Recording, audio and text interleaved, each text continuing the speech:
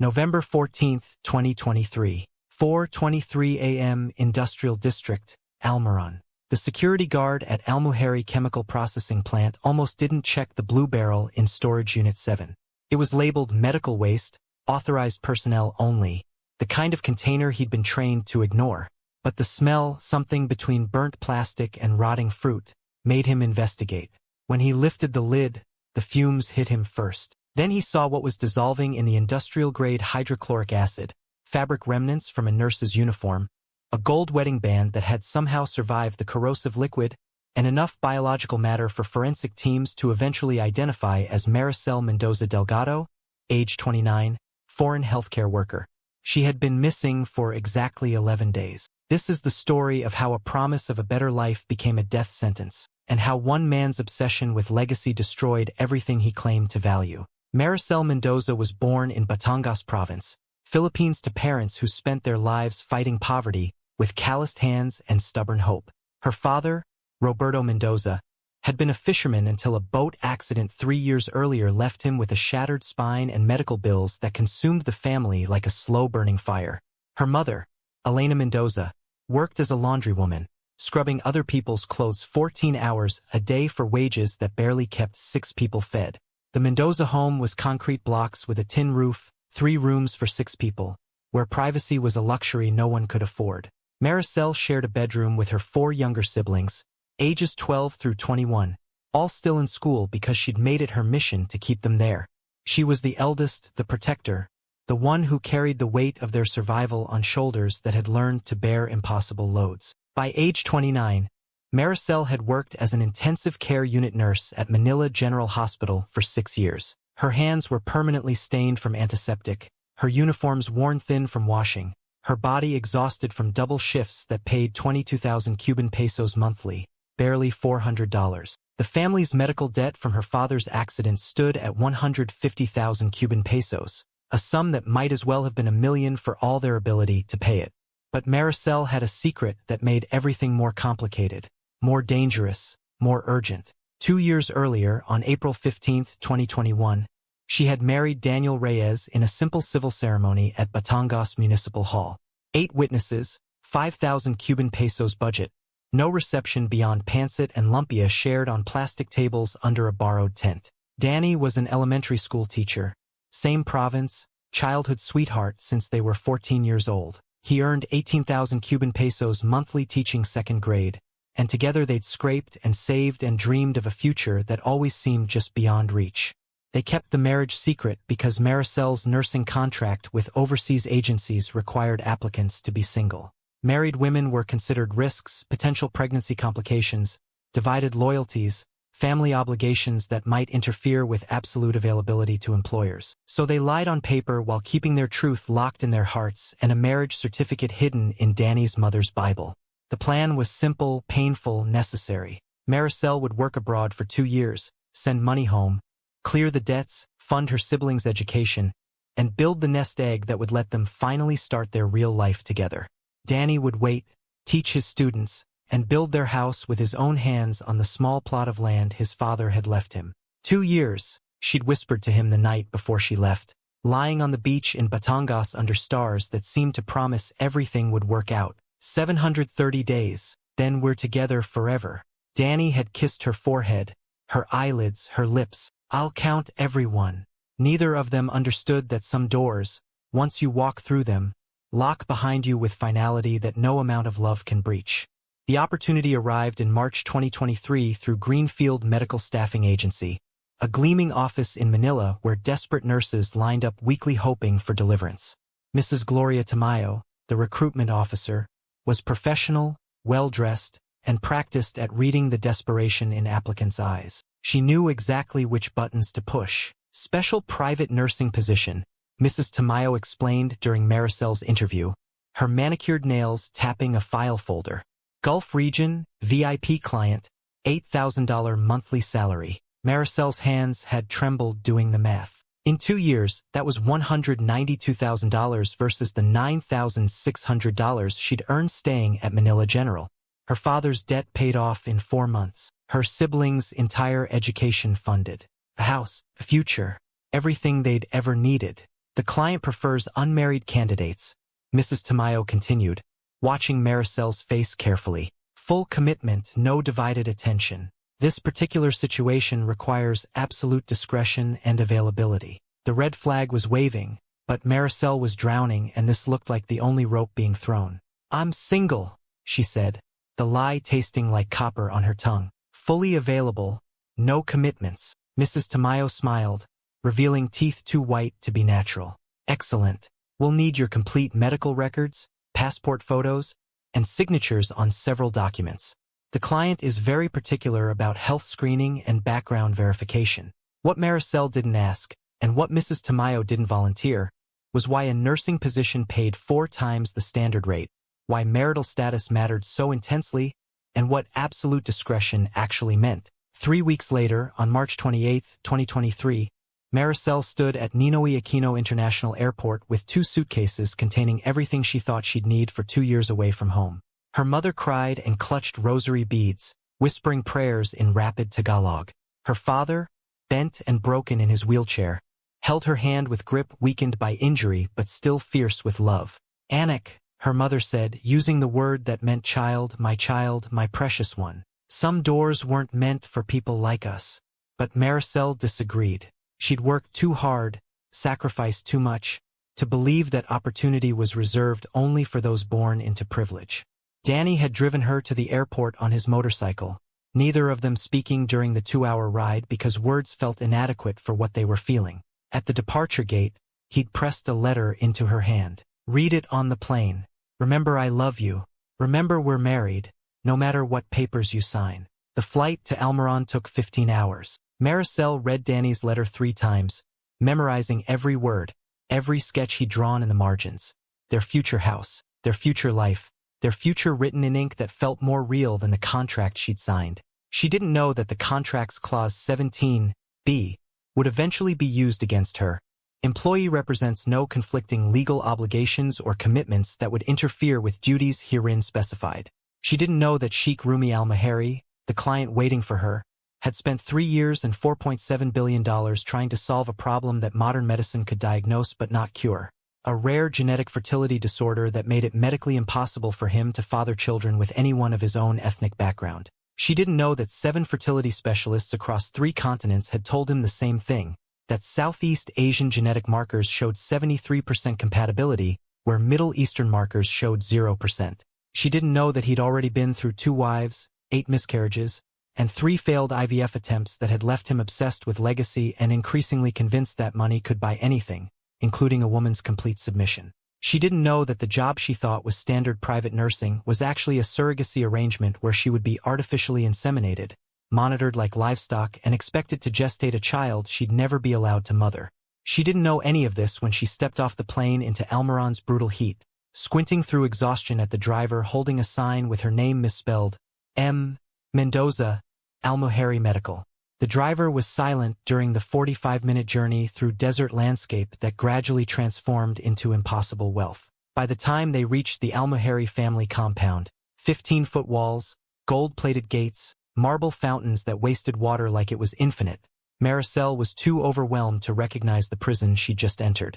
The estate spread across 80,000 square feet of Italian marble, manicured gardens, and architectural excess that spoke of money so old it had forgotten its origins. 50 staff members maintained the property: security guards, chefs, gardeners, housekeepers, drivers, personal assistants who existed to anticipate the family's needs before they were spoken.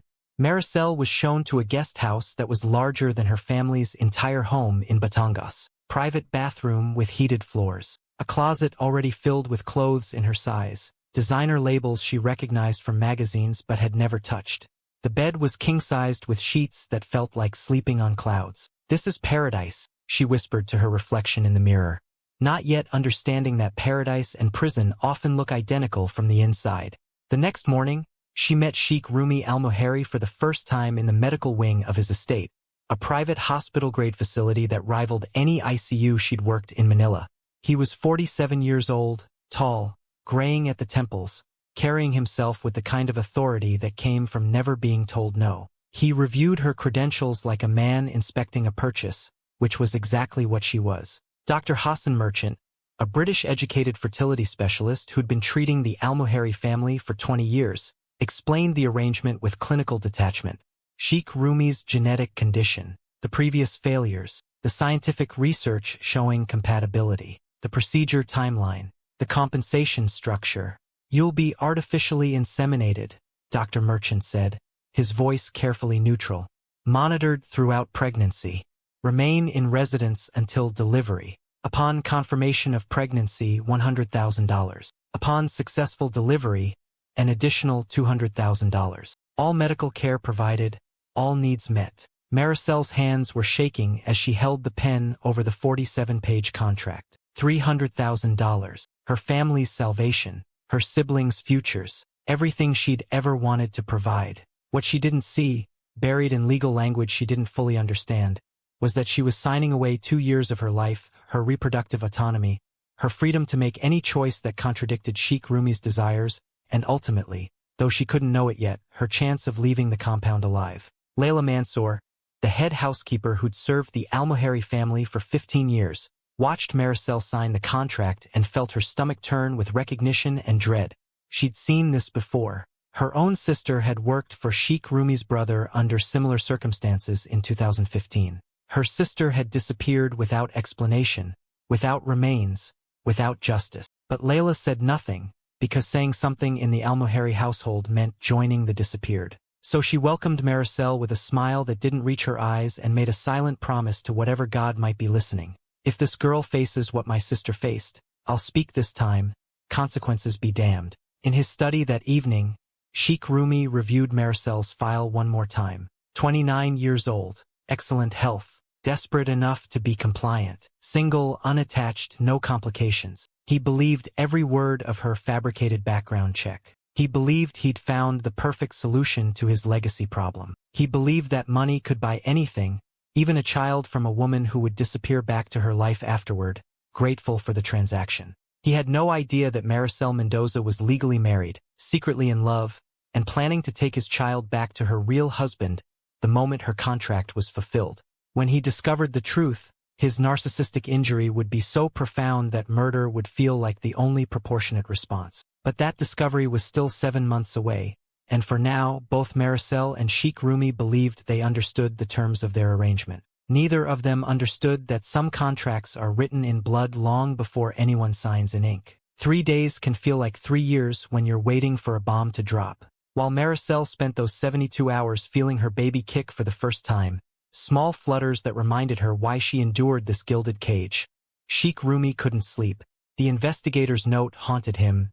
Complications found. What complications? She was a nurse from a poor family. Her background was simple, transparent, exactly what he'd paid for. Wasn't it? On November 17, 2023, at precisely 2 p.m., Marcus Webb arrived at the Al-Muhari estate with a file that would transform a business arrangement into a tragedy. The meeting took place in Sheikh Rumi's private study, a soundproof room where no staff was permitted and secrets were discussed with confidence that they'd stay buried. Marcus Webb was former MI6, now working private investigations for Gulf region elite who needed information obtained through methods that couldn't withstand legal scrutiny. He'd been hired to conduct a comprehensive background investigation on Maricel Mendoza, not because Sheikh Rumi suspected anything, but because men of his wealth investigated everyone who entered their orbit. The file was 127 pages thick. Dr. Hassan Merchant sat in the corner, present because this concerned his medical liability, already feeling the first stirrings of dread that this arrangement had crossed ethical lines he should have refused to approach. Marcus Webb opened the file with professional detachment. Pages 1 through 15 confirm basic background, he began. Birth certificate, education credentials, employment history, all verified accurate. Parents Roberto and Elena Mendoza.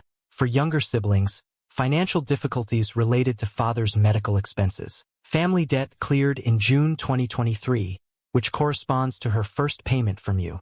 Sheikh Rumi nodded, impatient. Yes, what complications? Pages 16 through 31 analyze social media presence. Webb continued, sliding photographs across the desk. Facebook account shows standard content, family gatherings, work events, nursing school memories. However, we noticed 23 photographs deleted from her timeline between 2021 and 2023. All featured the same male individual. The photographs showed Maricel with a lean Filipino man, casual clothes, beach settings, restaurant meals. Nothing explicitly romantic, but the body language told stories that captions didn't need to confirm. The male is Daniel Reyes, Webb explained. Age 31, elementary school teacher at Batangas Central School. Known Maricel since adolescence, same barangay, childhood friends according to social media connections. Friends, Sheikh Rumi repeated, relaxing slightly. That's the complication? She has a male friend. There's more. Webb flipped to financial forensics. Maricel receives $8,000 monthly. Family typically gets $6,500. The remaining $1,500 goes to a separate account registered to Daniel Reyes. She's been sending him money every month since April 2023. Additionally, irregular transfers ranging from $500 to $2,000, marked personal. Sheikh Rumi's fingers drummed the desk, a nervous habit that emerged when his control felt threatened. She's supporting him financially, perhaps family friend, extended obligation. We traced what the money's funding, Webb interrupted, sliding property documents forward. Reyes recently purchased land and is constructing a house. Total construction cost approximately 850,000 pesos. The timeline of construction expenditures matches exactly with Maricel's remittances to his account. Dr. Merchant shifted uncomfortably in his chair, already seeing where this was going and wishing desperately that he'd refused this entire arrangement when Sheikh Rumi first proposed it 9 months ago. Why would she fund a teacher's house construction? Sheikh Rumi's voice had gone quiet, the dangerous kind of quiet that preceded explosions. Marcus Webb pulled out the final document, the smoking gun that would seal Maricel's fate. Civil registry search of Batangas Municipal Hall records revealed this. The marriage certificate was simple, official, impossible to dispute. Date: April 15, 2021. Bride: Maricel Mendoza, age 27, nurse. Groom: Daniel Reyes, age 29, teacher. 8 witnesses, all family members. Official stamp. Registered and valid under Philippine law. Status: currently active. No annulment filed. The silence that followed lasted 7 minutes, though it felt like hours. Sheikh Rumi stared at the marriage certificate, his hands trembling slightly as they gripped the edges of the paper. The photograph attached showed Maricel in a simple white dress, smiling with unguarded joy she'd never once directed toward him. Daniel stood beside her in a borrowed barong Tagalog, their hands clasped, their futures imagined in ways that didn't include becoming pawns in a billionaire's obsession with legacy. She's married, Sheikh Rumi finally whispered. The entire time, every document, every medical form, every contract clause about being single and available, all lies. We intercepted recent correspondence, Webb continued, professionally unmoved by the emotional devastation unfolding before him. 34 letters exchanged over 8 months. They use code, friend from school references throughout. But analysis reveals ongoing romantic relationship, discussion of future plans, shared life after her contract completion. He slid letter excerpts across the desk. Maricel's handwriting on cheap paper, words that drove knives into Sheikh Rumi's pride with every sentence. Counting days until I'm home, until we start our real life together. This time away is temporary sacrifice for our future. The money I'm earning will give us everything we dreamed of. Hold onto our promises. Daniel's responses equally damning. House is almost finished, Mari. I painted the nursery yellow, neutral in case we're surprised someday. Every nail I hammer, I think of you coming home. Every day without you feels incomplete. But I know why you're there, what you're doing for us. Forever yours. The most recent letter, intercepted just days earlier, revealed that Maricel had told Daniel about the pregnancy, the surrogacy arrangement, the child she was carrying for Sheikh Rumi. Daniel's response was supportive, understanding, completely undermining the narrative Sheikh Rumi had built in his mind about what this arrangement meant. You did what you had to do, what we needed you to do. I'm not angry, not jealous, not threatened. You're coming home to me, that's all that matters. The child isn't ours to keep, I understand. But you are mine, and I am yours, and nothing changes that. Sheikh Rumi stood abruptly, pacing to the window overlooking gardens maintained by staff who earned in a month what he spent on a single dinner. His entire worldview was cracking, fracturing along fault lines he'd never acknowledged existed. She deceived me, he said, voice hollow. Deliberately, systematically. She signed documents swearing she had no conflicting commitments. She took my money. She's carrying my child. And the entire time, she belonged to him. Dr. Merchant found his voice, trying to inject reason into a situation spiraling toward catastrophe. Sir, technically the marriage doesn't invalidate the medical arrangement. The child's paternity is established. The pregnancy is progressing healthily. The marriage invalidates everything. Sheikh Rumi's shout echoed off soundproof walls. She committed fraud. She lied to obtain money under false pretenses. She planned to take my child back to her husband. She planned to fulfill the contract, Dr. Merchant countered weakly. Deliver the child, receive final payment, return home. To him, Sheikh Rumi slammed his palm against the window, making Marcus Webb instinctively reach for a weapon he wasn't carrying. She was going to take my money, deliver my child, and return to her pathetic teacher husband like this was just a business transaction. It was a business transaction, Dr. Merchant said, immediately regretting the words. Sheikh Rumi turned slowly, his face transformed by rage into something unrecognizable. No, it was supposed to be a gift. I was offering her a life beyond her imagination. I was giving her wealth, comfort, purpose. I was going to ask her to marry me, to be the mother to my child properly, to take her place as my wife. Dr. Merchant felt ice water in his veins. Sir, that was never part of the arrangement. I don't care about the arrangement. Sheikh Rumi's voice dropped to a whisper more terrifying than his shout. I care that she looked at everything I offered and chose him instead. A teacher who makes 18,000 pesos monthly. She chose poverty with him over wealth with me. Marcus Webb, recognizing his job was complete and sensing the situation deteriorating into something he didn't want to witness, closed his file and stood.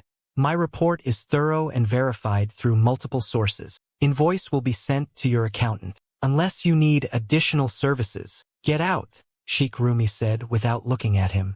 Both of you, get out now. Dr. Merchant hesitated, medical instinct warring with self-preservation. Sheikh Rumi, I need to emphasize that Maricel is 5 months pregnant. Whatever you're planning, I said get out. They left quickly, Marcus Webb disappearing to file his report and forget this client forever.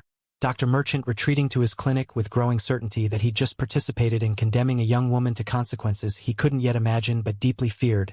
Sheikh Rumi remained alone in his study for 6 hours, darkness falling outside while he stared at the wedding photograph of Maricel and Daniel, comparing it obsessively to every interaction he'd had with her over the past 8 months. Her smiles in that photo were genuine, unguarded, radiating joy she'd never once shown him. Every smile she directed toward him had been performance, politeness, the professional courtesy of someone fulfilling a contract. He thought about his first wife, dead in childbirth, his second wife, who'd left him after 5 miscarriages and increasing emotional abuse. The string of failed relationships, failed attempts at fatherhood, failed efforts to build the legacy that men of his wealth and status were expected to leave behind. And now this, a poor Filipino nurse had outsmarted him, had taken his money, accepted his hospitality, carried his child, all while maintaining loyalty to a man who couldn't offer her a fraction of what Sheikh Rumi possessed. The humiliation was intolerable. The rage was volcanic. The narcissistic injury was so profound that his mind began constructing justifications for actions he'd never previously imagined himself capable of committing. By midnight, he'd made his decision. If Maricel wouldn't choose him willingly, if she deceived him so completely, if she valued her marriage over his generosity, then she'd left him no choice. The contract had been breached. The fraud had been committed. The betrayal had been absolute. And betrayal, in Sheikh Rumi's world, had only one acceptable resolution. He picked up his phone and dialed the extension for his head of security. When the man answered, Sheikh Rumi's voice was calm, controlled, deadly in its composure. Prepare Storage Unit 7 at the chemical plant. Medical waste disposal protocols. And send someone to retrieve the pregnant woman from the guest house. It's time to address a breach of contract. The trap was set.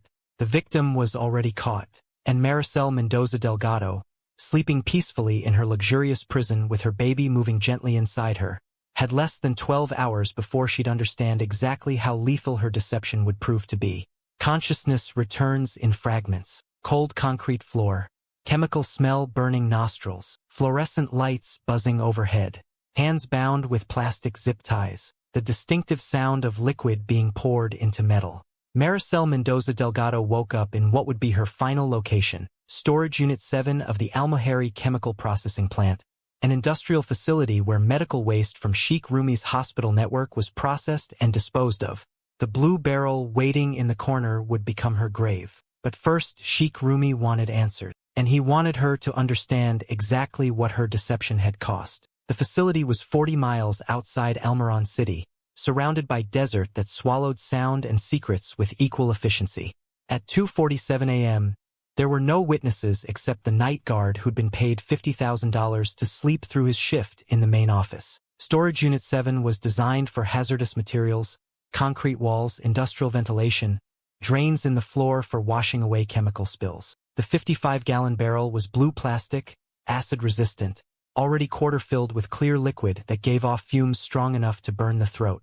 Hydrochloric acid, industrial grade, 37% concentration. The same chemical used to dissolve organic medical waste before disposal. The same chemical that would, given 6 to 8 hours, reduce human tissue and bone to sludge that could be washed down industrial drains without leaving evidence. Maricel's sedation was wearing off, nausea overwhelming her as she tried to orient herself. Her hands were zip-tied behind her back, ankles bound, 5 months pregnant, belly pressed against cold concrete. The baby was still moving inside her, small kicks that felt like questions she couldn't answer. Where are we? Why can't I move? Mama, what's happening? Sheikh Rumi stood over her, no longer wearing expensive tailored suits. He'd changed into industrial coveralls, the kind worn by workers who handled dangerous chemicals. Gloves on his hands, respirator hanging around his neck, safety goggles pushed up on his forehead. He'd come prepared for the work ahead. 2 security guards flanked him, faces Maricel had never seen before.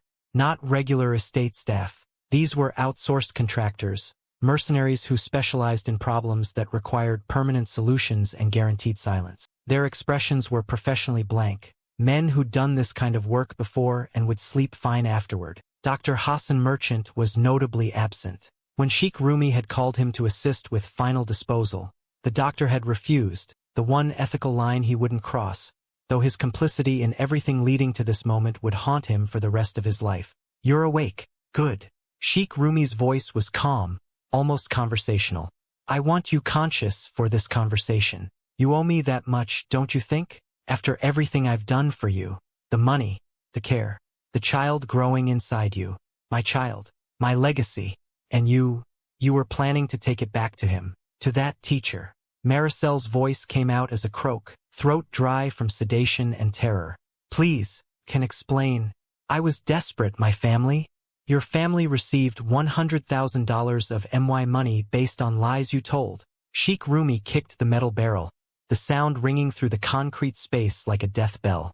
You committed fraud, signed documents swearing you had no conflicting commitments, no husband, no divided loyalties, and the entire time you belonged to Daniel Reyes. The way he said Danny's name, with such venom, such contempt, made Maricel understand that this wasn't about breach of contract or legal violations. This was about wounded pride, about a billionaire's ego shattered by a poor woman who'd chosen someone else. I'll end the marriage, Maricel said desperately, tears streaming down her face. I'll sign annulment papers, I'll cut all contact, I'll do whatever you want. Please, the baby, think about the baby. Don't speak about the baby like you have rights to it. Sheikh Rumi crouched beside her, close enough that she could smell expensive cologne mixed with the chemical stench from the barrel. That child is mine. You're just the vessel I rented. A vessel that came with hidden defects and undisclosed damage. I'm sorry, Maricel sobbed, maternal instinct overriding pride, willing to say anything that might save her child. I was wrong to lie, I was desperate, but I can fix this. I'll stay. I'll serve out the contract. I'll never mention Danny again. Don't say his name. Sheikh Rumi's composure cracked, hands striking her face hard enough to split her lip. Don't speak of him in front of me. Don't make him real. But Danny was real, more real to Maricel than anything in this nightmare. And in her terror, she made the fatal mistake of absolute honesty. He loves me for me, she whispered through blood and tears. Not for what I can give him, not for my womb or my body or what I represent. He sees my soul. You only ever saw a transaction. The silence that followed was profound and deadly. Sheikh Rumi stood slowly, his face transformed into something cold and alien.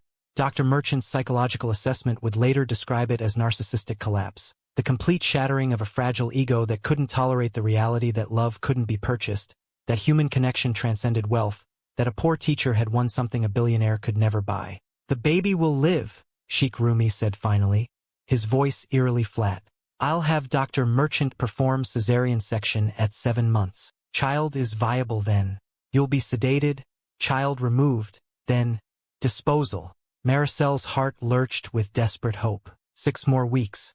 Anything could happen in 6 weeks. Someone might discover what was happening. She might find a way to escape. 6 weeks was a lifetime when you were fighting for your life. So I live 6 more weeks? She asked, hating the hope in her own voice. Sheikh Rumi stared at her for a long moment, then shook his head slowly. No. Tonight, the child dies with you. The words didn't immediately make sense. Maricel's brain refused to process them, rejected them as impossible. But you said, the legacy, I need nothing built on your lies. His shout echoed off concrete walls. Looking at that child, I'd see your face. I'd remember him. I'd know that a poor teacher won something I couldn't have. The legacy means nothing if it's contaminated by your betrayal. The guards moved forward on his signal, grabbing Maricel under her arms, dragging her toward the barrel despite her thrashing, her screaming, her begging. The chemical smell grew stronger as they lifted her, positioned her above the acid that would dissolve her and her unborn child into nothing but anonymous waste. That's when Sheikh Rumi's phone buzzed in his pocket. He held up a hand, stopping the guards mid-motion. Maricel suspended above the barrel, hyperventilating, praying in rapid Tagalog, Ama Namin, Sumasalangit Ka, Sambahinong Nalanemo, the Our Father prayer her mother had taught her as a child. Sheikh Rumi looked at the phone screen, and something cruel and terrible crossed his face. He answered, putting it on speaker. Hello? Is this Maricel's employer? The voice was male, Filipino accent, thick with worry and exhaustion. She hasn't called in 2 weeks. I'm very concerned. This is the emergency contact number she left. Daniel Reyes, calling from the Philippines at 8:17 a.m. his time, 3:17 a.m. in Almaron, desperately trying to reach the wife who'd gone silent. Danny! Maricel screamed with everything in her lungs. Danny, help me, please. One of the guards clamped a gloved hand over her mouth, muffling her screams to nothing while Sheikh Rumi smiled with satisfaction that didn't reach his eyes. Yes, this is Sheikh Rumi Al-Mahari, he said smoothly into the phone. Maricel's employer. How can I help you? Oh, thank you for answering, sir. Danny's voice was respectful, worried, completely unaware. I'm her friend from school, Daniel Reyes. Is she all right? I haven't heard from her and... Her husband, you mean? Sheikh Rumi interrupted, voice dripping poison. Let's be honest about what you are, Mr. Reyes. The silence on the other end was profound. Then, quietly, she told you. I know everything. The marriage. The house you're building with my money. The plans to take my child back to your pathetic life together. Sheikh Rumi walked closer to the barrel, holding the phone near Maricel's tear-streaked face. Would you like to say goodbye to your wife, teacher? What are you doing? Danny's voice rose in panic. Please, sir. She was desperate. We were desperate. Don't hurt her. You're too late. Sheikh Rumi nodded to the guards. She made her choice. She chose you over me. And now you both pay the price. What happened next would haunt Daniel Reyes for the rest of his life. The sounds transmitted through the phone connection. Maricel's muffled screams. The splash of liquid. The thrashing and struggling. The chemical reaction of acid meeting human flesh. 14 seconds of sounds that no husband should ever have to hear. Then silence. Sheikh Rumi held the phone a moment longer, listening to Danny's screams of anguish and horror on the other end. She's gone, teacher. You'll never see her again. Never find her body. Never prove anything. She's just disappeared, like she never existed. He ended the call, dropped the phone into the acid barrel for good measure, and watched with detached fascination as Maricel's body dissolved beneath the surface.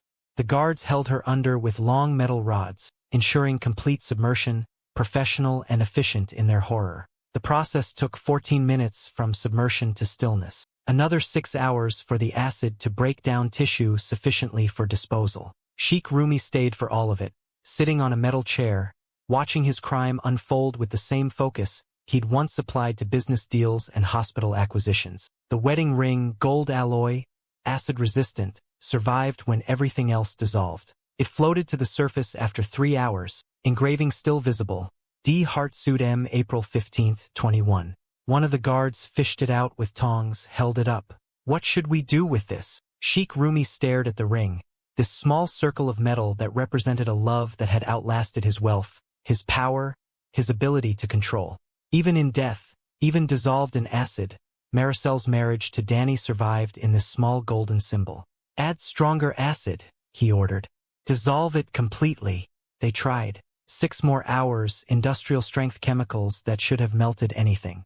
The ring tarnished, bent slightly, but remained intact. Some metallurgical property of the alloy made it resistant to the same chemicals that had erased Maricel's existence. Finally, frustrated, Sheikh Rumi made a decision that would prove fatal to his perfect crime. "Keep it. Bury it somewhere.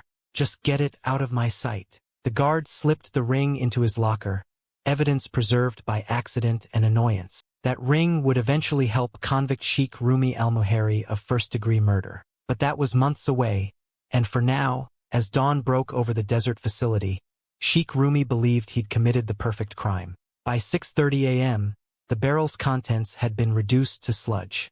The guards disposed of it through industrial waste protocols, washing the evidence down drains that led to chemical treatment facilities where it would be further broken down and dispersed. Maricel Mendoza Delgado, and the 5-month-old baby she'd been carrying, ceased to exist in any form that could be identified, mourned, or properly laid to rest. In the Philippines, Daniel Reyes sat on his bathroom floor, phone clutched in shaking hands, replaying the recording he'd made of that final call over and over, hearing his wife die, helpless to save her, 1,500 miles away and completely powerless. And in his clinic, Dr. Hassan Merchant opened a leather journal and wrote his first entry in shaking handwriting. "Today I became an accomplice to murder. I knew the arrangement was wrong from the beginning. I proceeded anyway. May God forgive me, because I will never forgive myself." This is how it began.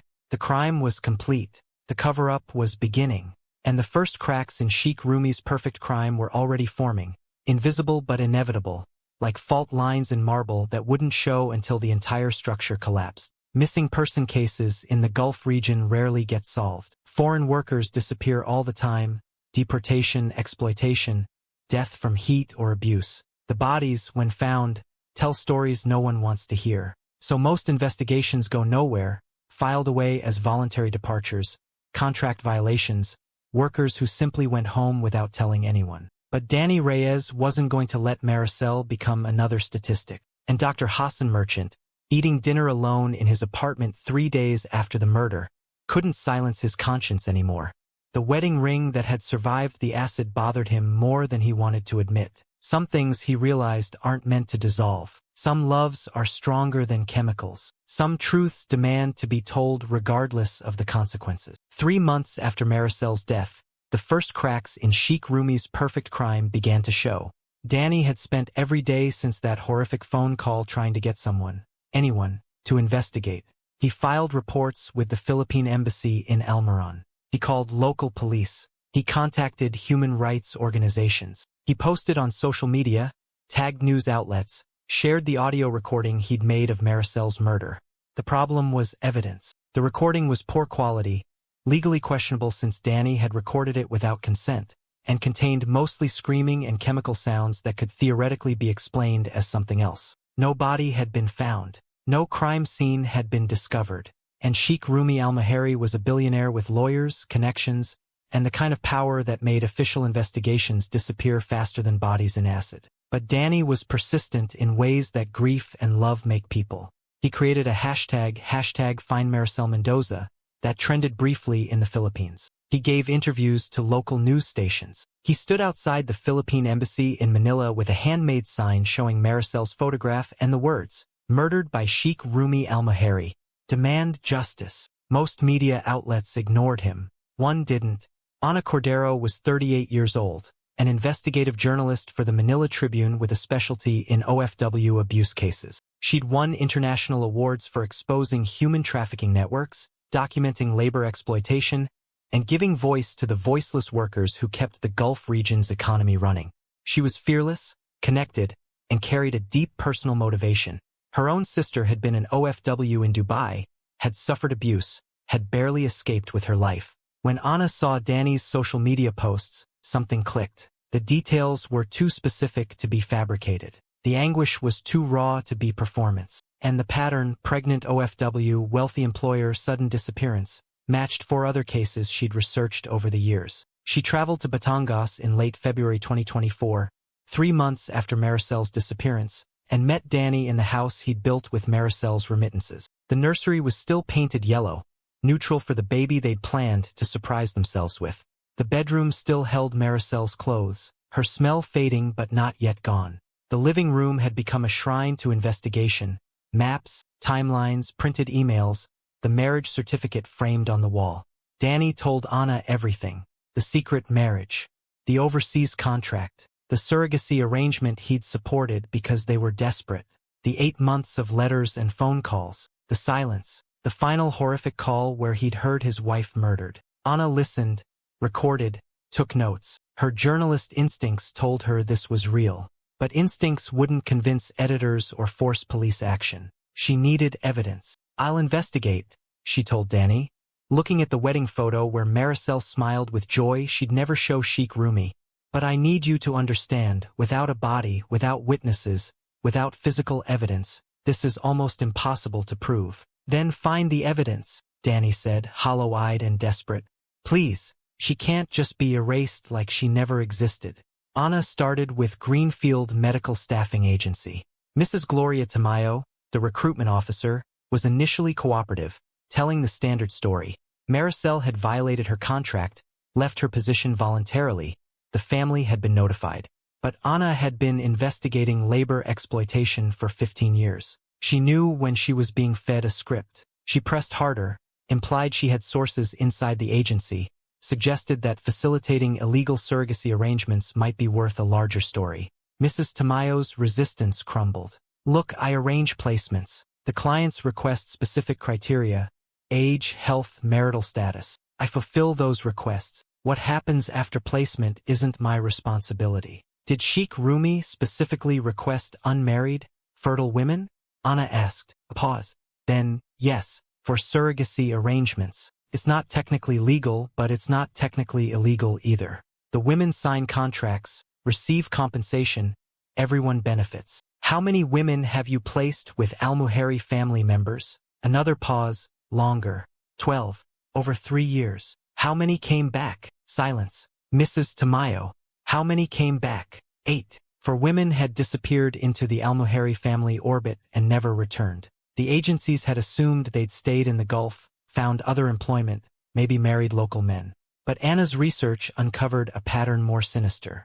One of the 4 was Layla Mansour's sister, who'd worked for Sheikh Rumi's brother in 2015. Another had worked directly for Sheikh Rumi in 2019, also in a surrogacy arrangement, also vanished. The evidence was circumstantial but compelling. Anna published a preliminary article in March 2024, "The Women Who Disappeared, OFW Deaths the Gulf Doesn't Want to Acknowledge." It named no names, made no direct accusations, but laid out the pattern clearly enough that anyone paying attention would understand. The article caught the attention of someone who'd been waiting for permission to speak. Dr. Hassan Merchant had spent 3 months living with guilt that was destroying him from the inside. He couldn't sleep more than 2 hours without nightmares of Maricel's face as the guards dragged her toward the acid barrel. He couldn't eat without nausea. He'd lost 23 pounds. He was drinking heavily every night, trying to drown memories that refused to die. When he read Anna's article, he understood that silence was killing him faster than speaking out would. He had a choice: remain complicit and die slowly from guilt, or risk everything to ensure Maricel's death meant something. He sent an encrypted email to Ana Cordero. "I have evidence in the Maricel Mendoza case. Complete medical records, recordings, timeline documentation. I need immunity and witness protection." Ana responded within 2 hours. They negotiated for a week, Ana verifying Merchant was legitimate, Merchant ensuring his safety and legal protection. Finally, they arranged a dead drop. Dr. Merchant copied every file he'd kept hidden, encrypted them on a USB drive, and shipped them to Manila Tribune through a diplomatic pouch that couldn't be intercepted by Almuheri security.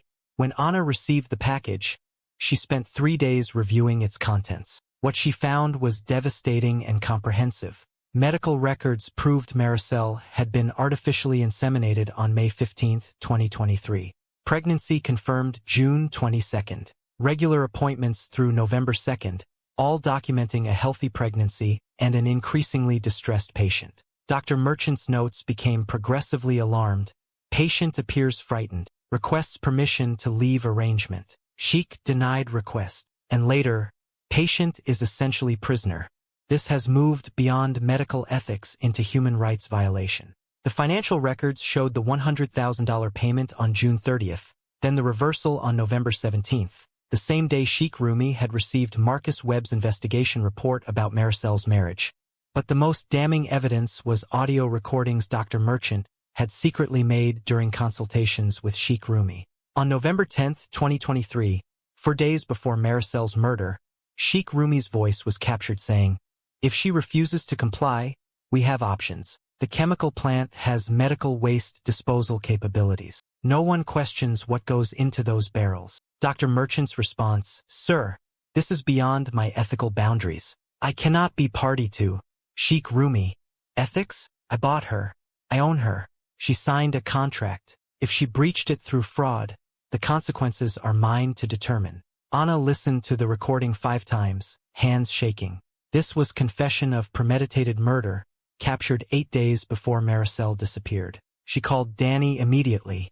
"I have evidence, real evidence, enough to force a police investigation." Danny's voice broke. "Can you prove she's dead?" "Not yet, but I can prove intent to kill, motive, opportunity, and pattern of similar disappearances. I'm publishing the full story tomorrow." Ana's article ran on March 15, 2024, under the headline, "Pregnant Nurse Disappeared After Sheikh Discovered Secret Marriage. Medical Records Suggest Murder." It detailed everything: the surrogacy arrangement, the marriage discovery, the threats, Dr. Merchant's anonymous testimony, the pattern of disappeared women. The article went viral internationally within hours. CNN picked it up. BBC ran segments. Al Jazeera did in-depth coverage. The Philippine government demanded investigation. Human rights groups protested outside Almiron's embassy in Manila. Under enormous international pressure, Almiron police were forced to act. But they needed something concrete to justify searching property owned by one of the country's most powerful families. That's when Dr. Merchant made an anonymous call to the police tip line, disguising his voice, providing specific information. "Check Storage Unit 7 at Almuheri Chemical Processing Plant. Blue barrel medical waste label. Contains human remains." On November 14, 2024, exactly 1 year after Maricel's murder, the night security guard at the chemical plant finally opened the barrel that had been sitting in Storage Unit 7 for 12 months. The smell hit him first, even after a year. Then the contents: partially dissolved bone fragments, fabric remnants that forensic analysis would match to nursing uniforms, and 1 gold wedding ring with an engraving that read D. Heart Sued M. April 15, 21. The forensics team worked for 6 hours collecting evidence. Despite the acid, despite the time, there was enough biological material for DNA analysis. Enough dental fragments for comparison to Maricel's dental records. Enough evidence to prove that Maricel Mendoza Delgado and her unborn child had been dissolved in this barrel, and that someone had tried very hard to make them disappear completely. The international media descended on Almiron like locusts. Every news outlet in the world ran the story. Pregnant nurse's remains found in acid barrel at Sheikh's facility.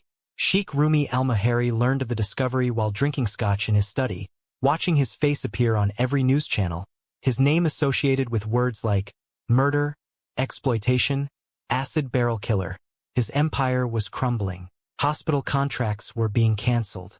Investors were pulling out. Family members were distancing themselves, releasing statements that Sheikh Rumi had acted alone, that they had no knowledge of his crimes. His phone rang constantly, lawyers, business partners, relatives demanding answers. He ignored all of them. staring at the news broadcast showing forensic workers removing a blue barrel from storage unit 7 of the facility he owned. She'd won.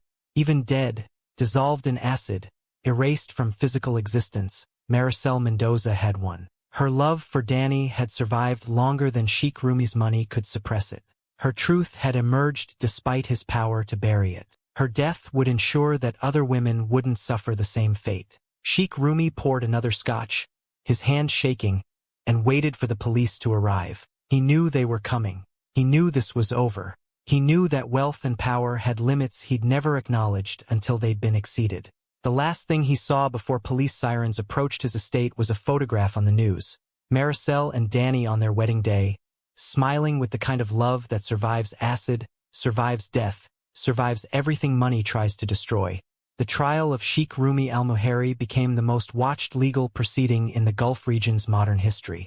Not because of the brutality of the crime, acid barrel murders, while rare, had precedent, but because it exposed the systematic exploitation of foreign workers, the weaponization of wealth against the vulnerable, and the dark reality behind the Gulf's gleaming towers. For 3 months, the world watched as prosecutors attempted to do what many thought impossible: convict a billionaire of murdering a poor immigrant worker in a system where justice traditionally bent toward money.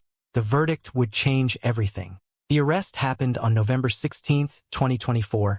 At 6:47 a.m., Almiron Police Special Crimes Unit arrived at the al-Muhari estate with 15 officers, forced entry authorization, and international media following every movement. Sheikh Rumi was already awake, dressed in an expensive suit, sitting in his study as if he'd been waiting for this moment. "I'll come voluntarily," he said when officers entered with handcuffs. No need for theatrics, but they handcuffed him anyway. An unprecedented sight, a man of his wealth and status treated like a common criminal. The photographs of Sheikh Rumi being led from his estate in restraints appeared on front pages worldwide within hours. The symbolism was inescapable. Money couldn't buy immunity from murder. Not this time, not anymore.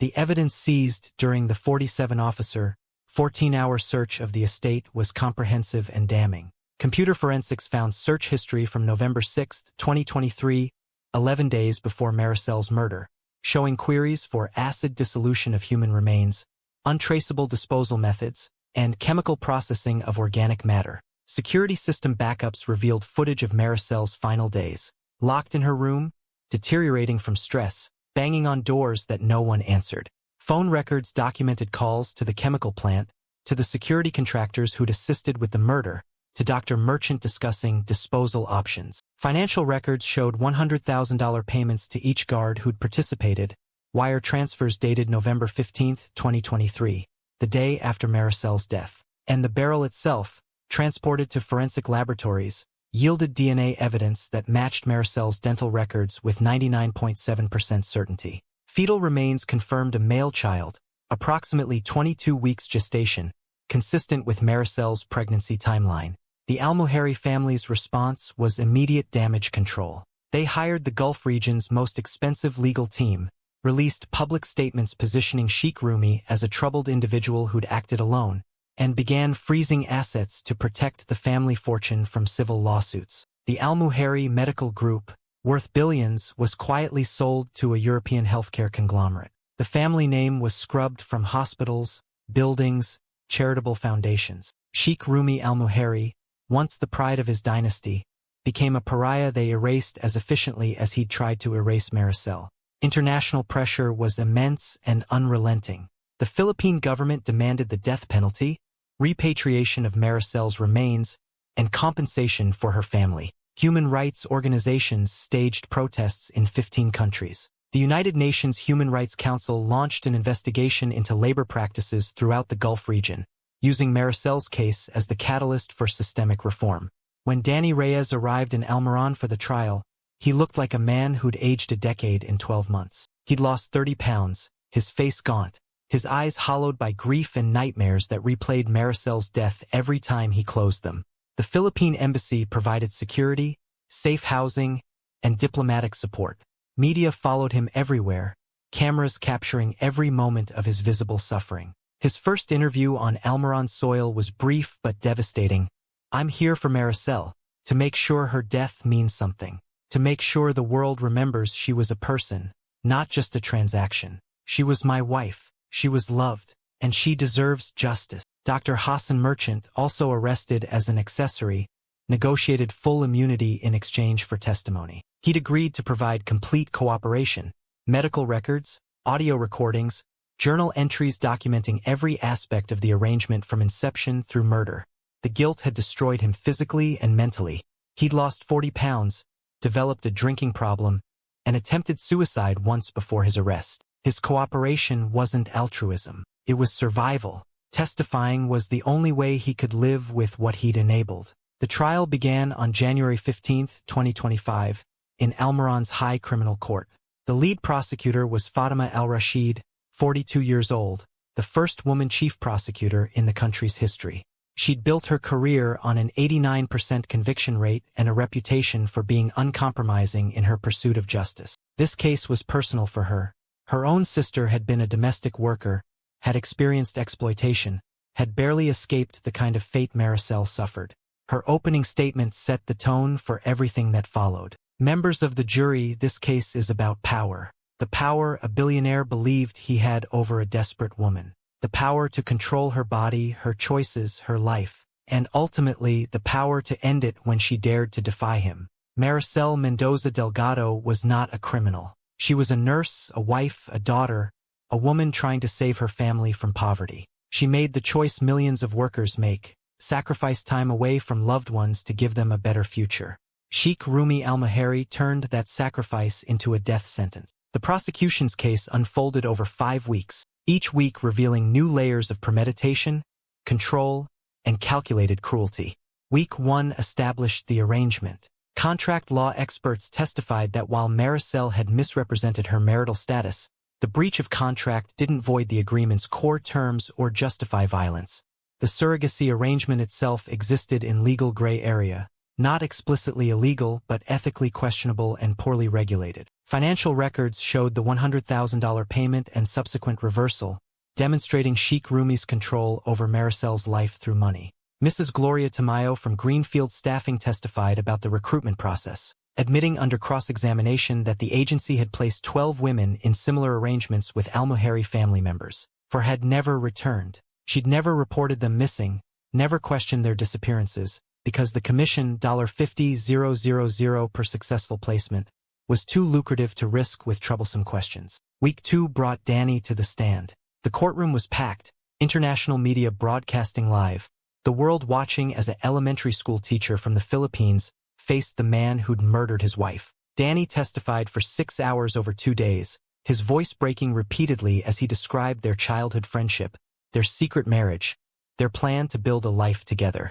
He explained why they'd kept the marriage hidden, why Maricel had taken the overseas contract, why they believed 2 years of sacrifice would lead to a lifetime of happiness. Then came the audio recording of the phone call. Fatima Al-Rashid warned the jury that what they were about to hear was disturbing, graphic, and deeply traumatic. She played 47 seconds of audio, Maricel screaming Danny's name, begging for help, the sounds of struggle, chemical splashing, her cries cutting off abruptly. 3 jurors were crying by the end. Danny sat in the witness box with tears streaming down his face, reliving the worst moment of his life in front of the entire world. The defense attorney, Ibrahim Mostafa, tried to attack the recording's authenticity during cross-examination. Mr. Reyes, isn't it true you recorded this conversation without consent, making it legally inadmissible in many jurisdictions? I recorded it because I was terrified, Danny replied, voice shaking. Because Maricel hadn't called in 2 weeks. Because something felt wrong. I wanted evidence of whatever was happening. I never imagined I'd be recording her murder. Objection. Speculation. Ibrahim Mostafa was smooth, expensive, legendary for never losing high-profile cases. You don't actually know what happened to your wife. I heard her die. Danny's shout echoed through the courtroom. I heard my wife beg for her life while that man, he pointed at Sheikh Rumi, killed her and our baby. Don't tell me I don't know what happened. The judge allowed the outburst, understanding that some moments transcended courtroom decorum. Sheikh Rumi, sitting at the defense table in expensive clothes but looking diminished and hollow, stared straight ahead, showing no emotion. Week 3 presented the medical evidence. Dr. Merchant testified for 8 hours, providing complete documentation of Maricel's pregnancy, the artificial insemination, the monitoring, the escalating concerns about her treatment. His voice was monotone, clinical, the voice of a man who'd rehearsed these facts so many times they'd lost emotional impact, a defense mechanism against guilt that was eating him alive. The audio recordings Dr. Merchant had secretly made were played for the jury. Sheikh Rumi's voice, captured in his own words, discussing disposal options, asserting ownership over Maricel, claiming the right to determine consequences for her fraud. The most damning recording was from November 10, 2023. Sheikh Rumi, if she continues to defy me, we have the chemical plant. Medical waste disposal. No one questions what goes into those barrels. Dr. Merchant, sir, we're discussing a pregnant woman. This is far beyond. Sheikh Rumi, she's a vessel I purchased. If the vessel is defective, it gets discarded. The jury's expressions shifted from attention to horror. This wasn't a man discussing a woman. This was someone describing property, merchandise, something to be disposed of when it no longer served its purpose. Layla Mansour testified via video link, having been granted asylum in the Philippines and fearing for her safety if she returned to Almiron. She described Maricel's 8 months at the estate, the growing friendship, the increasing isolation, the discovery of the marriage, the imprisonment in the final days. I saw them take her, Layla said, tears visible on the screen. November 14th, late at night. She was sedated, unconscious. I knew, her voice broke, I knew I'd never see her again, just like my sister, just like the others. Why didn't you report this? Fatima asked gently. Because I wanted to live, Layla replied simply. Because speaking up in that house meant disappearing too. I've lived with that guilt every day since. Week 4 was forensic evidence. Dr. Rashida Khalil, a pathologist with 30 years of experience, walked the jury through the barrel's contents. Despite a year in acid, bone fragments remained. Dental comparisons matched Maricel's records. DNA extracted from the most protected bone marrow confirmed identity. Fetal remains, small and heartbreaking, proved a male child approximately 22 weeks gestation. Cause of death, acid exposure and drowning in corrosive liquid. Manner of death, homicide, intentional, with no possibility of accident or self-harm. The wedding ring was entered as evidence, passed among jurors who examined the engraving. D. Hartsud M. April 15, 21. The symbol of love that had survived everything Sheikh Rumi had tried to destroy. Week 5 focused on premeditation. Computer forensic specialists testified about Sheikh Rumi's search history, the timeline of queries about disposal methods, the 11 days between discovering Maricel's marriage and executing her murder. This wasn't passion, wasn't a moment of rage, but calculated planning. The 2 security guards who'd assisted were offered immunity for testimony. They described being hired specifically for discrete problem resolution, being paid $100,000 each, being instructed to maintain absolute silence. They described holding Maricel under the acid, Sheikh Rumi watching without emotion, the methodical cleanup afterward. Their testimony was clinical, professional, horrifying in its casual description of murder as just another job. The defense's case began in week 6, and Ibrahim Mostafa faced an almost impossible task. The evidence was overwhelming, the victim sympathetic, the defendant unsympathetic. But he was being paid millions to create reasonable doubt, and he gave it everything he had. His strategy was multifaceted.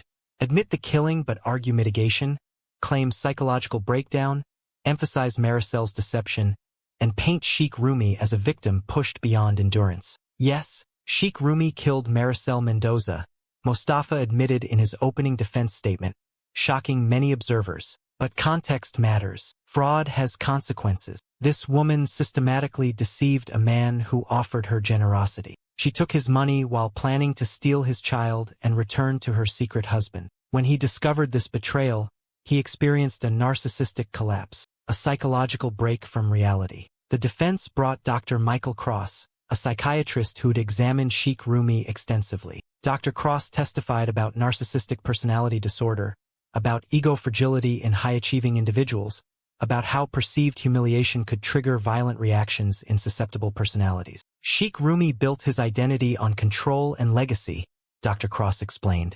When he discovered that a poor nurse had outsmarted him, that she valued a teacher over his billions, It shattered his entire self-concept. The murder was committed during a dissociative state, a psychological break where he wasn't fully rational. Fatima al-Rashid destroyed this testimony on cross-examination. Dr. Cross, how do you explain the 11 days of planning between discovering the marriage and committing murder? Dissociative states can last. How do you explain the internet searches for disposal methods? During psychological crisis, individuals sometimes research. How do you explain hiring specialized security contractors? I can't speak to specific. How do you explain the $100,000 payments made the day after the murder? Silence. Doctor, this wasn't a psychological break. This was calculated revenge by a man who couldn't tolerate being rejected. You're being paid $50,000 to provide medical justification for murder. How does that serve justice? The defense also attempted to destroy Maricel's character, painting her as a gold digger who'd planned the deception from the beginning, a mercenary who'd committed fraud for money. They showed excerpts from letters where she discussed finances, payments, sending money home. But the strategy backfired. The jury saw a desperate woman trying to save her family, not a criminal mastermind. They saw someone who'd made an impossible choice under crushing poverty, not someone who deserved death. Against his lawyer's advice, Sheikh Rumi insisted on testifying. He took the stand on day 43 of the trial, still believing his wealth and status would somehow save him, still unable to comprehend that he'd finally crossed a line money couldn't erase. His testimony was a disaster. I offered her everything, he said, voice tight with anger that hadn't diminished despite a year in custody. Marriage, wealth, status, a future beyond anything she could have imagined. And she chose him, a teacher making poverty wages. She chose him over me. So you killed her? Fatima asked simply. I eliminated a fraudulent contract, Sheikh Rumi replied, the language revealing his fundamental inability to see Maricel as human. She breached terms through systematic deception. Consequences were stipulated. Consequences? You mean murder? I mean resolution of a problem that threatened my legacy. By dissolving her in acid? While she was pregnant with your child. The child was contaminated by her lies. Better no legacy than one built on deception. The courtroom was silent, horrified. Even his own lawyers were pale, knowing he'd just sealed his conviction with his own words. Fatima's closing argument was devastating in its simplicity. Sheikh Rumi al-Muhari believed he'd purchased Maricel Mendoza Delgado. He believed his money gave him ownership of her body, her choices, her life. When he learned she'd kept part of herself, her marriage, her love, her humanity, that he hadn't purchased, he destroyed her. This wasn't passion. This wasn't mental illness. This was a billionaire who couldn't tolerate that love cannot be bought, that human beings aren't property, that some things transcend wealth. Maricel lied about her marital status. That didn't deserve death. Nothing deserved what he did to her. The defense's closing argument was resigned, going through motions while knowing the outcome. We're not asking for acquittal, Ibrahim Mostafa admitted. We're asking you to see the context, the psychological factors, the provocation. Second-degree murder, not first. Manslaughter, not premeditated execution. Consider that he's human, flawed, broken by circumstances he couldn't process rationally. The jury deliberated for 8 days. The world waited, breath held, watching to see if justice would finally apply equally regardless of wealth. On February 28, 2025, at 3:47 p.m., exactly the same time that Maricel's remains had been discovered 15 months earlier, the jury returned. The courtroom was packed beyond capacity. Danny sat in the front row, Maricel's parents beside him, all holding hands, barely breathing. International media broadcast live to 147 countries. Outside the courthouse, crowds gathered, some supporting Sheikh Rumi, most demanding justice for Maricel. The jury forewoman stood, paper trembling slightly in her hands. On the charge of first-degree murder of Maricel Mendoza Delgado, how do you find the defendant? Guilty. On the charge of first-degree murder of the unborn child, how do you find the defendant? Guilty. The courtroom erupted. Danny collapsed forward, sobbing with relief and grief tangled together. Maricel's mother wailed in Tagalog, prayers and thanks mixed with mourning. Sheikh Rumi sat motionless, expression blank, a man whose entire worldview had just been invalidated by 12 ordinary people who decided his money didn't matter. Sentencing was scheduled for 30 days later, allowing both sides to present impact statements and arguments about appropriate punishment. The sentencing hearing on March 30, 2025, was emotional devastation compressed into 6 hours. Danny spoke first, voice steady with the strength that comes from having already survived the worst. Your Honor, Maricel was my wife for 3 years. We were together for 15 years before that. She was my first friend, first love, only love. She went away to help her family, to build our future. Sheikh Rumi turned that dream into a nightmare. He took her body, her choice, and finally her life. He took our baby, a child we didn't plan but already loved. He took my future. Every day I wake up expecting to see her beside me. Every day I remember she's gone. No sentence can bring her back. But please, show the world that money cannot buy the right to murder. Elena Mendoza, Maricel's mother, spoke through a translator, her Tagalog words carrying weight that transcended language. My daughter was good. She worked hard, loved her family, sacrificed everything for us. We thought she was helping at a hospital. We didn't know this man was hurting her, that she was pregnant, scared, alone. A mother should protect her child. I failed, couldn't save her. Please make him pay. Please make this mean something. The prosecution requested death by firing squad, standard for premeditated murder in Almaran. The defense requested life imprisonment, arguing that death penalty wouldn't serve justice better than permanent incarceration. Judge Khalid al-Mansouri, a 30-year veteran of the bench known for stern fairness, delivered the sentence after 15 minutes of explanation. Wealth does not exempt anyone from justice. Power does not grant license to kill. Sheikh Rumi al-Muhari committed premeditated murder motivated by wounded pride and narcissistic rage. He planned for 11 days. He researched disposal methods. He hired accomplices. He executed a pregnant woman and destroyed evidence. There are no mitigating factors sufficient to reduce this from what it is, the calculated execution of a defenseless woman and her unborn child. I hereby sentence Sheikh Rumi al-Muhari to death by firing squad, sentenced to be carried out within 1 year pending appeals. Additionally, I order the forfeiture of all assets, with $10 million awarded to the Mendoza family as compensation, and the remainder liquidated to fund the new Foreign Worker Protection Agency, established in Maricel's name. The courtroom erupted again. Danny felt relief, but it was hollow. Justice delivered, but Maricel still gone. Sheikh Rumi showed no reaction, already mentally detached from proceedings he could no longer control. The appeals process lasted 8 months, automatic reviews by higher courts that found no reversible errors. Sheikh Rumi's legal team argued insufficient evidence, jury misconduct, improper testimony admission. Every appeal was denied.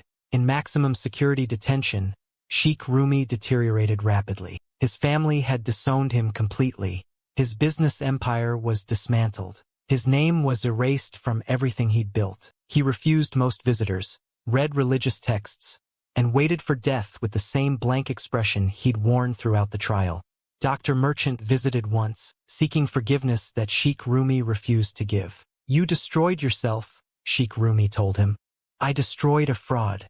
We're not the same. The execution was scheduled for November 14, 2025, exactly 2 years after Maricel's remains were discovered, exactly 3 years after her murder. Danny chose to witness. He needed to see it end, needed closure, needed confirmation that the man who'd killed his wife would face consequences. At 6 a.m., in the prison courtyard, Sheikh Rumi al-Muhari faced a firing squad of 5 trained shooters. His last words, witnessed and recorded, were unexpected. I should have let her go. That's all. I should have let her go.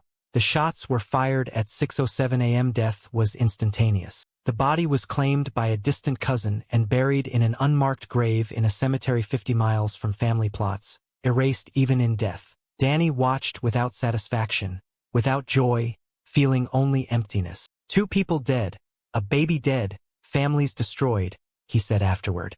No winners, just waste. But Maricel's death had changed the world in ways that were only beginning to become clear.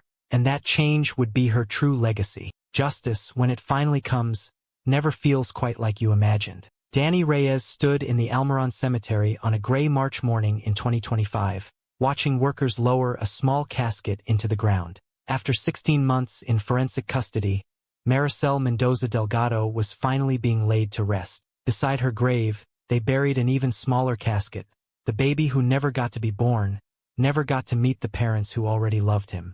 The Philippine embassy had offered repatriation to bring Maricel's remains home to Batangas.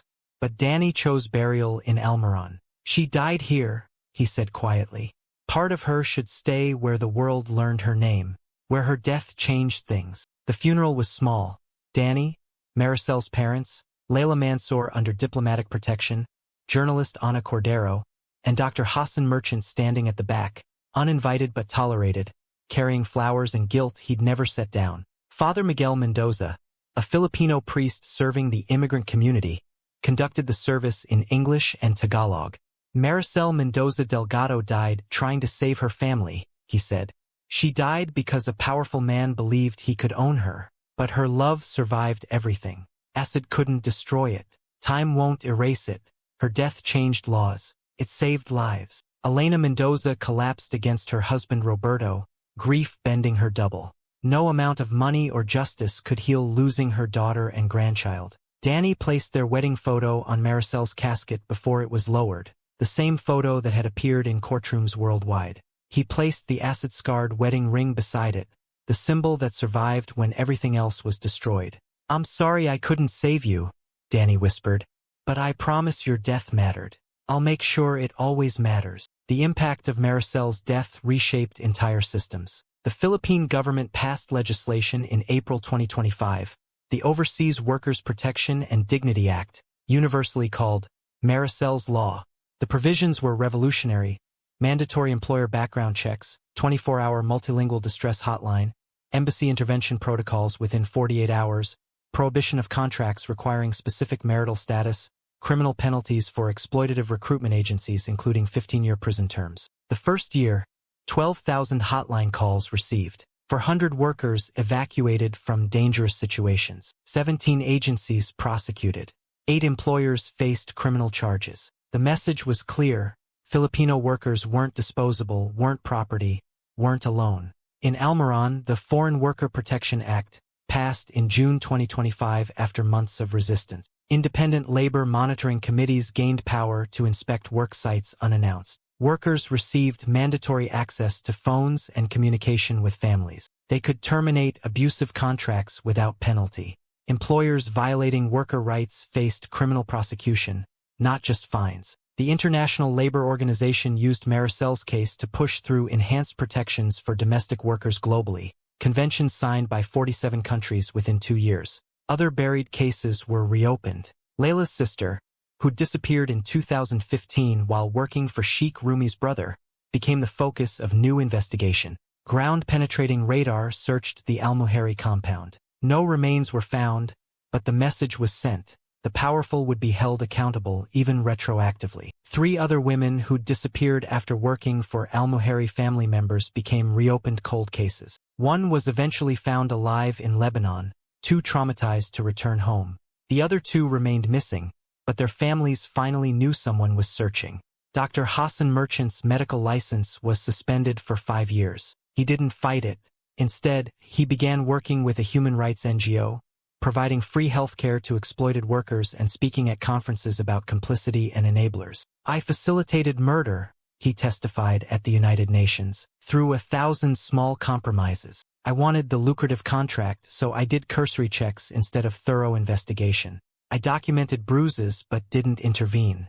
When he discussed disposal, I objected weakly, then stayed silent. Every professional serving the ultra-wealthy faces these choices. I made the wrong ones, and a woman died because I prioritized money over morality." His testimony influenced medical ethics boards worldwide to revise guidelines about physician responsibilities in exploitative situations. Layla Mansour never returned to Almaran. Granted asylum in the Philippines, she worked at a domestic worker advocacy center in Manila, training workers about rights and red flags before overseas deployment. "I couldn't save my sister or Maricel," she told every group. "But if I can save just one woman from that fate, maybe I can live with the guilt." She became close with Danny, 2 people bound by shared grief and survivor's guilt, speaking weekly, remembering Maricel together. Ana Cordero won the Pulitzer Prize for international reporting for her investigative series. She co-authored a book with Danny, Voices Across Distance, the Maricel Mendoza story, which became an international bestseller, translated into 15 languages, adapted into documentaries by Netflix, HBO, and BBC. Danny never remarried. Maricel was my one great love, he told Anna during a 5th anniversary interview. Some people get multiple chances. I got one. And it was enough, even though it ended tragically. He continued teaching elementary school in Batangas, living in the house built with Maricel's remittances. The yellow nursery became a memorial room, photos, her nursing diploma, letters they'd exchanged, the acid-scarred ring. He wore his wedding ring every day, introduced himself as Maricel's husband, even years later. Their marriage had survived distance, deception, murder, time. He wouldn't dishonor it by pretending it ended just because she was gone. The Mendoza family used the $10 million compensation to pay debts, fund siblings' education, and establish the Maricel Mendoza Memorial Clinic in Batangas, free healthcare for poor families. Her photograph hung in the waiting room. She dreamed of healing her community. Her sacrifice made this possible. The broader cultural impact was undeniable. In the Philippines, families asked harder questions about overseas contracts. The attitude shifted from sacrifice anything for family to some sacrifices cost too much. She'd never made it home, but her story had traveled the world, her name synonymous with the fight for worker dignity, and her love, the love she'd chosen over billions, had proven more powerful than any force trying to destroy it. Some love survives even acid, Danny whispered to the desert wind. Even death, even time. Maricel Mendoza Delgado had died in horror, dissolved in chemicals meant to erase her existence. But her love, her courage, and her sacrifice had proven impossible to destroy. They lived on in laws and lives and in the heart of a man who would never stop being her husband, never stop telling her story, never stop fighting to make sure no other woman suffered her fate. The world had learned her name, and it would never forget.